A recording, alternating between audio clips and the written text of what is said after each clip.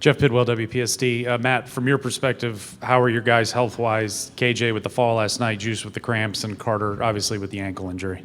Juice and KJ are fine. They'll be ready to go tomorrow. Carter, we're going to have to see how he is today and tomorrow at shoot-around. Fluke deal, really heartbroken for him. He's been such a great teammate for us, an elite defender, really a mistake-free player on the offensive end of the floor. He's had a tremendous impact on winning this year for us. So for something like that to happen 2 minutes into the first round of the NCAA tournament, just crushed for him. But we'll see how he responds over the next 24 hours.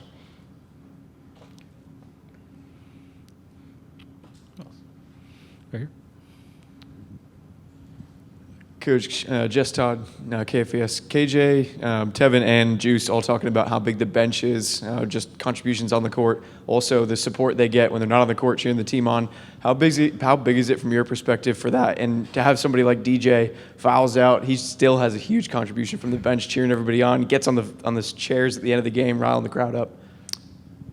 Well, I think that's the biggest strength overall of our team, just that we have a true team. These guys are very connected, very unselfish. They play for each other. They support and encourage each other. They challenge and hold each other accountable. And that's why we've had a lot of success this season. It's fun to watch as a coach, but our bench was huge. Trey Hannibal was incredible with the 18 and 6 last night. Jordan Skipper Brown picked a good night to have his best night of the season. With the double-double in 17 minutes, the clutch free throws, the tip in there late in overtime, one of the great plays you'll see in all of March. And I could keep going on down the line, but that's the fun part of coaching, is building a team, and we certainly have that. Question up front here.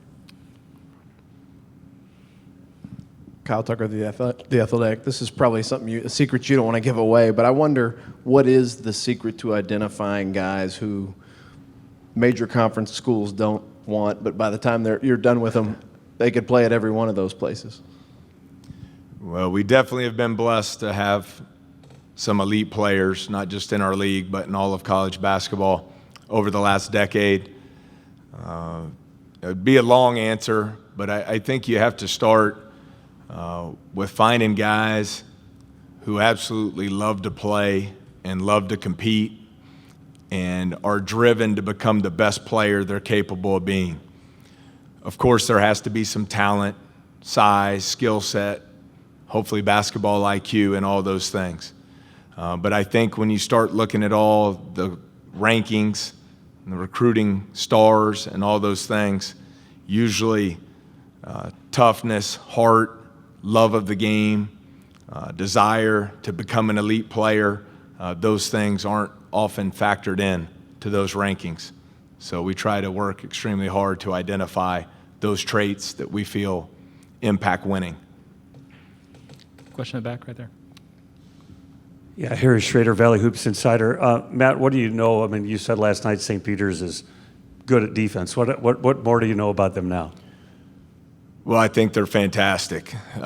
You see they take on Coach Holloway's personality. They're tough. They guard you for 40 minutes. Really elite defensively. And then I think the reason they're here in the round of 32, if you look over this 8-game winning streak, they've continued to get better at the offensive end of the floor. Their top players' production has increased over the last 5 games compared to the early parts of the season. The performance yesterday from Banks and I hope I say his last name correctly, Eddard, I mean, they were just phenomenal. The shot making, the ability to create off ball screens, they are a really good team. And as we all know, in college basketball, the goal is to be playing your best basketball in March, and they're certainly doing that. We have a question on Zoom. Please unmute and state your name and affiliation. Will Aubrey with Murray Sports. Hey, Will. Hey. What do you think is the most important thing that you all will need to do in order to come away with a victory over St. Peter's? I wish I could just point to one thing there, Will. I think we'll have to play very well at both ends of the floor. They're so good defensively. They turn you over. They force you to take tough, difficult shots. And then on the offensive end, they're playing really good basketball. They shoot the ball well from behind the three-point line. They don't shoot a ton of them, but they're very efficient when they do. So I think it'll take a complete performance at both ends of the floor for us to come out victorious tomorrow. Go here in the green, then go back to you. Adam Wells, WPSD. Coach, you've won a game in this tournament before, back in 2019. How much can you look back on that experience, getting a team ready for a second game 48 hours later, and maybe help with that? And also with that OVC schedule being just the same, how much can that help as well? Adam, I would point more toward that, just being used to playing the Thursday, Saturday schedule. We have a routine for how we like to wrap up the Thursday game, win or lose, and then quickly turn our attention to the preparation that will be required for Saturday's game. And so this is our normal routine that we've been in for the last 11 weeks now, I believe. So I hope that'll benefit us. I do think we benefit from the experience. I think you saw that last night of Tevin and KJ having been on this stage before, having had success in this tournament before, and I hope that'll be the case again tomorrow. Back in the blue. Matt, this is Andrew Chernoff with WLKY Sports in Louisville. You know how rich of a basketball state Kentucky is. To be the last team in this tournament in the Bluegrass, what does that mean to you? What does it mean to the fan base? And have you guys talked about the history you could be making by advancing to the program's first ever Sweet 16? Well, I'm not sure what that would mean to the fan base. It doesn't mean anything to me. We just stay focused on Murray State. Don't really worry about the other teams. We have respect for the other teams, but we keep our focus in our locker room. We do, after every game on this run we've been on, and since I've been the coach here, we do set the stage for the big picture, and we wrapped it up very quickly. So I alerted them last night after the game that tomorrow night is a once-in-a-lifetime opportunity. We don't back down from that. It's the truth. It's a once-in-a-lifetime opportunity. And then that's the end of it. Now we put our time and attention toward doing the things that we need to do to make sure we're prepared, locked in, and ready to go tomorrow night at 7:45, and just focus on doing whatever we have to do to get a win tomorrow night. Question over here. Kenny Roth, Murray State Radio Network. Matt, you've been down at halftime 10 times this year, and you're 8-2 in those games.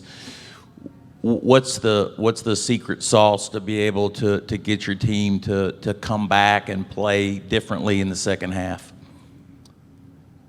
Thank you, Kenny. I wasn't aware it was that many times. But I think what really helped our team was on December 10th when we played at Memphis in the FedEx Forum. That was when they had their entire allotment of players and great talent, and we were down 40-26 at the half. I think we found out a lot about ourselves that night. You make the corrections at halftime, you make a few adjustments, and then we always talk about it being a 40-minute game, or in last night's case, a 45-minute game. And a lot of possessions left. We just want to win that next 4-minute round going into the media timeout and chip away at those leads. I know we've come back from 5 double-digit lead deficits this year and come back to win. Last night was the first time we gave away a lead late, and that was my responsibility.